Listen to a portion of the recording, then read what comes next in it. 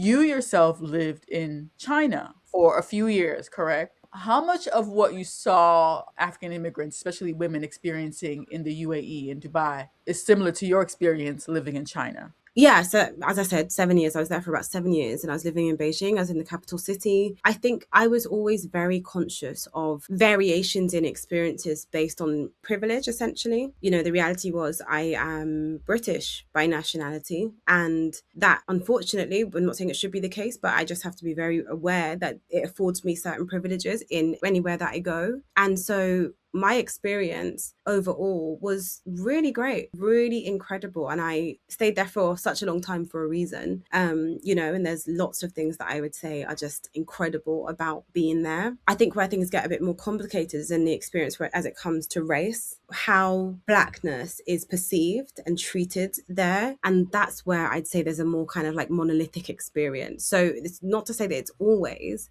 or all the time that it's the case, but racism is sometimes quite rife over there. I experienced it myself. And what I realized was that sometimes Africans in particular were at more risk of experiencing it directly. It was a massive issue. And so I think for me, I've always seen my role as a diasporan to be like, okay, if I know that I'm afforded certain privileges just because of my passport, then perhaps I can carry a bit more risk in speaking out about these things because of that privilege, right? It's kind of not necessarily to compensate, but it's to use it for something. This might not have happened to me. It might not have been on my doorstep, but this Ghanaian person over here has just told me that XYZ Hmm. happened and has this evidence and whatever else. So let's document this. Let's speak about Yeah. this, you know?